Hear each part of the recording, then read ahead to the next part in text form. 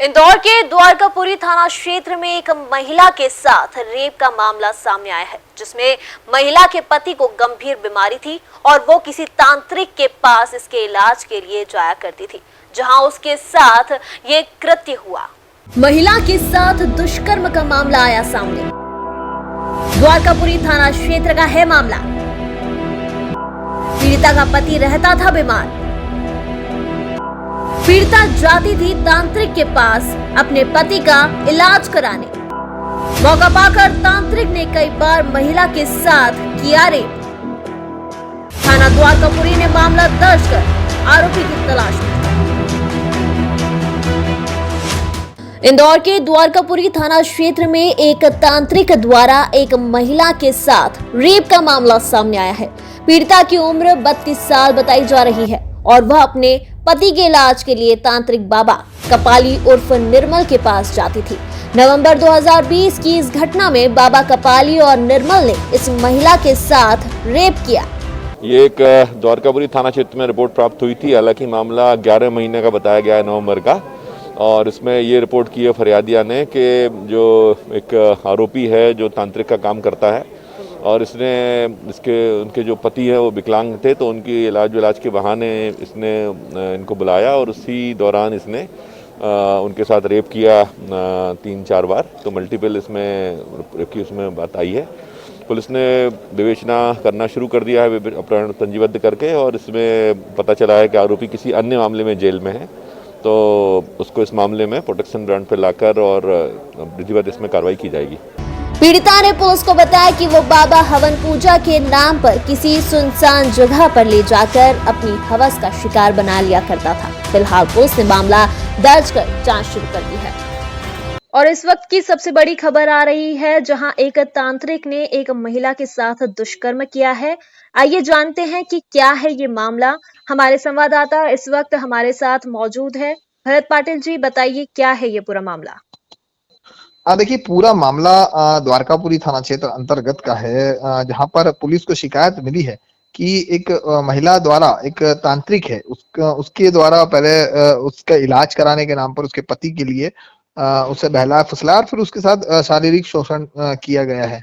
हालांकि इस तरह के मामले पहले भी देखे गए हैं, लेकिन इस तरह की शिकायतों को क्योंकि साफ तौर से प्रशासन का और पुलिस का भी ये मानना है कि किसी भी महिला को के साथ किसी भी तरह की जाति या इस तरह की शारीरिक शोषण किया जाए या बहला फुसलाकर कोई भी महिला के साथ हरकत होती है, तो उसको लेकर के पुलिस तत्काल इस तरह की कार्रवाई करती है। और ऐसे मामलों में इस मामले में भी पुलिस ने इस घटना को गंभीरता से लिया है।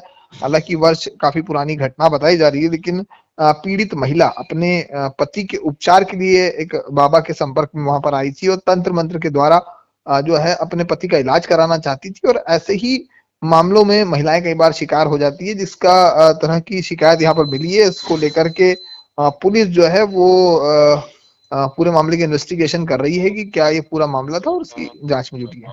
जी जी।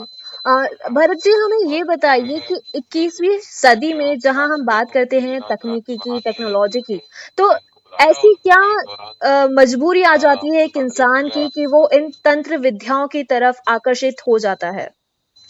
देखिए, भारतीय संस्कृति की अगर बात की जाए तो हिंदुस्तान में हम लोग जो है वो काफी आस्था से जुड़े हुए, और हमारा जो विश्वास होता है वो ईश्वर पे काफी होता है। हम कई समस्याओं के लिए, चाहे वो बारिश ना हो या फिर किसी भी तरह का प्रकोप हो या फिर कैसी महाबीमारी जो वायरस चल रही है, उसको लेकर के हम हमेशा ईश्वर से कामना करते हैं। और इसी आस्था के कारण कई बार हम ऐसे शिकार हो जाते हैं, ऐसे बाबाओं, ऐसे फ्रॉडों के शिकार होते हैं, जहां पर हम ये जानते हुए भी कि टेक्नोलॉजी के समय में कहीं ना कहीं तंत्र मंत्र और झाड़ फूक के कारण कई बार ऐसी चीजें देखने को मिली है। और खासकर विज्ञान भी अभी तक इसकी पुष्टि नहीं कर पाया है कि आखिर ये ईश्वरीय शक्ति है या फिर तंत्र मंत्र वाकई। लेकिन ऐसे कई लोग जो ढोंगी पाखंडी होते हैं, वो अपना मतलब साधने के लिए आम आदमी को आर्थिक रूप से भी कमजोर करते हैं और उनका शारीरिक शोषण भी किया जाता है। तो ऐसे है तमाम मामले इंदौर में देखने को मिले। इससे पहले भी कई बार अगर हम बात करें अलग अलग थाना क्षेत्रों में कई ऐसी शिकायतें मिली, जहां पर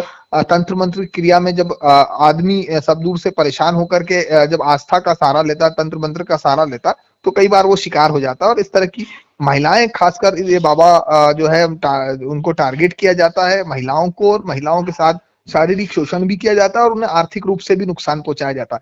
तो इस तरह के मामले तमाम बड़े, अगर बात की जाए तो खुद आज एक बड़ा था, एक आश्रम के आड़ में जो है इस तरीके का शारीरिक शोषण किया जा रहा था। इससे पहले राम रहीम जैसा हमने एक बड़ा जो है बाबा को देखा कि किस तरह से वो अपना एक पूरा ऑर्गेनाइज गिरोह के रूप में चला रहा था। उस महिलाओं के साथ शारीरिक शोषण वो किया जा रहा था। आर्थिक रूप से भी वो जो है आम लोगों को काफी आर्थिक नुकसान भी पहुंचा चुका था शोहरत पाने के लिए। तो ये बाबा तंत्र मंत्र के द्वारा लोगों को बहला फुसलाकर इस तरह की घटनाओं को अंजाम देते हैं। फिलहाल ऐसे मामले जब भी उजागर होते हैं तो तत्काल प्रशासन, पुलिस द्वारा वैधानिक कार्रवाई जो है वो की जाती है और कड़ी कार्रवाई की जाती है। लेकिन अब जागरूकता आम लोगों में भी होना चाहिए। जो मध्यम वर्ग के लोग हैं, खासकर वो लोग इसका ज्यादा शिकार बनते हैं, उन लोगों को जागरूक होने की काफी जरूरत है।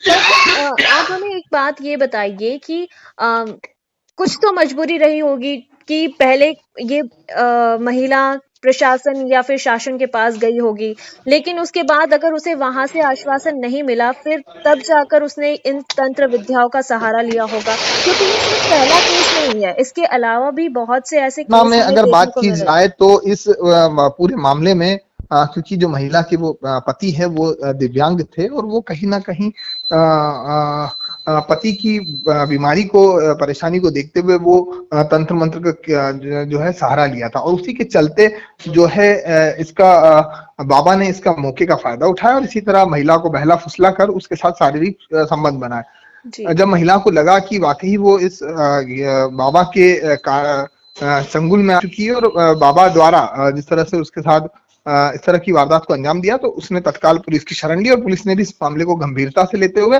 तत्काल मामला दर्ज किया और वैधानिक कार्रवाई की जा रही है। बिल्कुल भरत जी, बहुत सही बात बोली है आपने, और मेरे हिसाब से हर इंसान को जागरूक होने की बहुत ज़्यादा ज़रूरत है ताकि वो इस तरह के तंत्र विद्याओं से और अपना शारीरिक शोषण होने से बच सके।